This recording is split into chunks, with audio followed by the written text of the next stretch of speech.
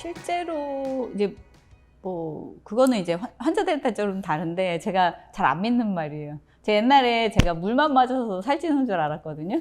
근데 그때 당시에 보면 물만 마셔서 살찐 게 아니라 다른 걸 많이 먹었어요.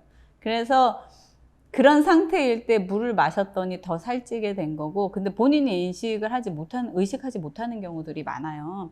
소화력이 아주 떨어지는 사람들은 물만 먹어도 살찔 가능성이 높아요.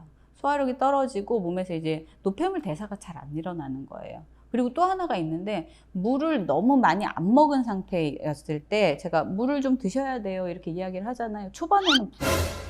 왜냐면 이게 처음부터 잘 빠져나가지 못하거든요. 그래서 초반에는 좀 붓다가 물이 어느 정도 몸에 이제 차올라서 충분한 양이 되면 노폐물을 가지고 배출이 될 수가 있어요. 중요한 거. 제가 몇 년 전에 저희 환자 중에 다이어트를 한다고 이 친구가 몸이 점점 부어갖고 왔어요. 다이어트를 시작하기 전이었어요. 저랑은. 선생님 몸이 너무 부어요. 그래서 뭐 하셨어요? 그랬더니 이 친구가 3시간 운동하는 동안에 물을 2리터를 먹은 거예요. 죽습니다. 죽지는 않지만 그 신부전이라는 것들이 생기는 이유가 급격하게 물을 많이 먹었는데, 나는 땀 배출을 통해서 나트륨이나 이런 것들이 성분 배출이 되잖아요. 근데 전해질이 안 맞는 거예요. 그래서 땀을 많이 배출하고 그때 물을 먹게 되면 식용포도당 지금 이제 그렇게 나오는 것들이 있지만 소금물을 먹어줘야지 되는 거예요. 전해질이 맞아야 되거든요. 나는 물만 먹어도 붓는다의 이유 중에 하나, 물을 급하게 너무 많이 먹는 경우에. 물독이에요, 그거는. 물독이기 때문에, 물독은 해독이 안 돼요. 소금을 좀 먹어줘야지 되는 거죠.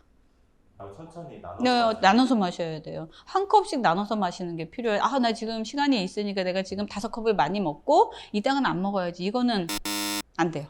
이건 안 되고. 그래서 그 친구한테 제가 처방해줬던 게, 물론 이제 한약 처방을 같이 해줬지만, 해줬던 게 운동 끊고 아니면 1시간만 하고 물량 줄이고. 그 친구가 녹차를 타서 마셨거든요. 근데 이 친구가 몸이 굉장히 차가웠어요.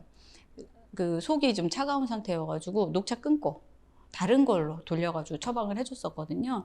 그래서 이제 사람한테 맞는 것들을 먹어야 된다는 이유가 그런 이유예요.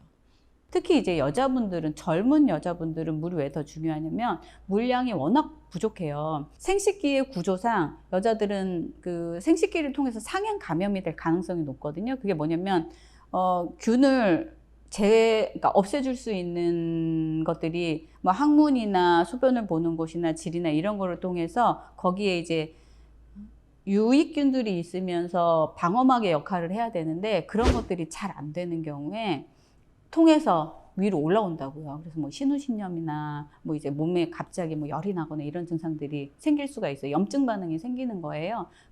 소변을 봤을 때 항문과 소변을 보는 것과 질이 같이 이제 같이 비슷한 곳에 있으면서 대장균이나 이런 것들에 이제 오염이 될 가능성이 좀 있어요. 물을 많이 먹게 되면은 소변의 양도 많아지고, 그러면서 몸의 전반적인 노폐물 대사나 이런 것들이 같이 일어나고, 뭐 그래서 이제 좀 더 깨끗한 상태가 될 수 있다. 몸 상태가. 이제 그렇게 표현을 하는 거예요.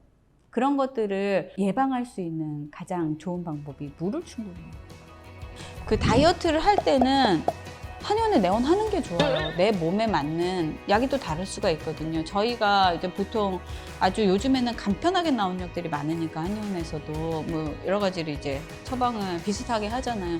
그 비슷한 중에도 달라요. 비슷한 중에도 다르고, 그리고 더 정확하게 이 환자는 약으로 들어가서 좀 미안하긴 한데, 이 환자는 이렇게 일반적으로 쓰는 약으로 좀 안 되겠다 싶으면 그냥 한약을 처방을 해서 들고 다니면서 먹을 수 있게 하죠. 약 처방으로. 그런 과정들이 필요한 거예요.